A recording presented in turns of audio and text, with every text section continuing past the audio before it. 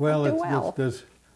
there was a debate going back over many years among economists about do stimulus projects like public works projects really create a lot of jobs. Well, and there's evidence both ways, and you can argue about that. The idea was, I think, that you give the money to the states and say, you put it into various kinds of projects. They said shovel ready. Well, that's a public works project. You know, put a new sewer in Brattleboro. And that would create jobs. That is, people would come in and dig ditches and lay pipe and so on. And that would stimulate the local economy because these people were spending money. Well, for one thing, Brattleboro got about $1 million towards the water treatment plant, but it didn't create jobs that weren't already going to be created. Well, that was one of the problems. I think that there was a stampede in Congress to show that we were doing something, that we were really on the ball, and we're really going to stimulate the economy, and here's how we're going to do it. Did it work? Well, I think we're going to argue about that for a long time. You know, a lot of it went into, as you indicated, maintaining existing jobs, keeping somebody from getting laid off. And I think a lot of it the state of Vermont, I know, used to keep their workforce. Yes. They patched their budget with it. Yes. Now, whether that was the intent or not, I don't know, but it was, I don't think it was the intent. I think Congress said, well, this is not to keep that clerk in the job and who would otherwise be laid off. It's to go out and create a job for 10 guys who are carpenters. Well, you know, the stimulus program really created more jobs for light industry or women positions. And actually the construction worker, the hardworking guy out there were those type of jobs were the ones that really didn't benefit too much from what I've read. Well, I'm sure that there are places, but remember that Congress also said, well, if you have this project, you've got to have the Davis-Bacon Act, you know, the prevailing wage law. I mean, that says that you can't pay people if they're willing to work for $8 an hour and happy to get the job. No. It has to be a prevailing wage determined by some bureaucratic legerdemain, which translates into higher than you would have to pay otherwise.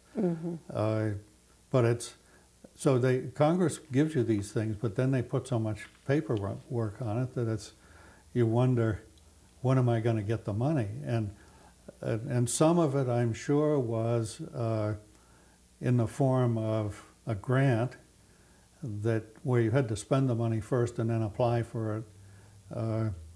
Yes. You know how these grants work. You know, they say, well, we'll give you a grant for this organization or this job, but you have to spend the money first and then fill out all this paperwork and come in and we'll reimburse you, maybe. So I think that that's caused people to be more cautious. Yes. In doing things. I think the idea of stimulus as opposed to TARP was that we're doing something. We're shoveling all this money out into the system, and we're confident that people are going to spend it and it's going to result in some job growth. Well, I'm sure that there were some good intentions there. And I think that they were very concerned politically about being look like you're doing nothing. Being seen as doing nothing. And so this was a way to do it. Whether it's going to work or not, I don't know. I don't think so far that it's been a resounding success. On the other hand, the TARP program, I think, was a little better intentioned and worked a little better. For one thing, it also provided the banks with some equity money. There was some preferred stock that the bank would issue to the feds, and that would improve their reserve position and enable them to A, weather the storm, and B, perhaps make some more loans. Remember, I told you about the write-downs, which come out of their equity account. So to the extent that, that's reduced, you can't make as many loans. So I think that was a better program. The stimulus, I don't know. Well, I can't tell. We can't tell yet. It's too early, maybe. And right now have just infused. The Feds have just infused a whole nother bunch of cash, $600 billion or something like this. Oh, quantitative easing. Okay, into that they're going to put into the economy, which will deflate the value of our currency. That's the fear. And That's it's the this fear. supposedly uncharted territory. We don't quite know what's going to happen. And already it's looking like this might have, again, best intentions, but unintended consequences that could be really harmful. Yes, especially if it results in flooding the market with money, too much money, chasing too few goods. And you see this in the commodity markets. In addition to the supply and demand, there's also some speculative interest in those. And to me, it's a very dangerous course, and I think it might not work. It's so interesting because if it doesn't work, Congress, or the government, which has put this on us, will turn around and blame speculators. But they set up the problem, and then they complain when people figure out a way to make it work for them. Don't set up the problem if you don't want to take some responsibility for it. But we'll hear it. I'm sure that they will blame the evil. Oh yeah, somebody out anybody there. but me. Yeah. But I think that this quantitative easing, which is in effect monetizing the federal debt, that is, the Federal Reserve buys U.S. government bonds from the banks, and it credits their reserve account so they can make more loans. That's the idea.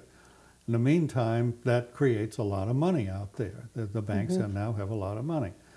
Now, whether they lend it out or not, I don't know. They're still kind of skittish.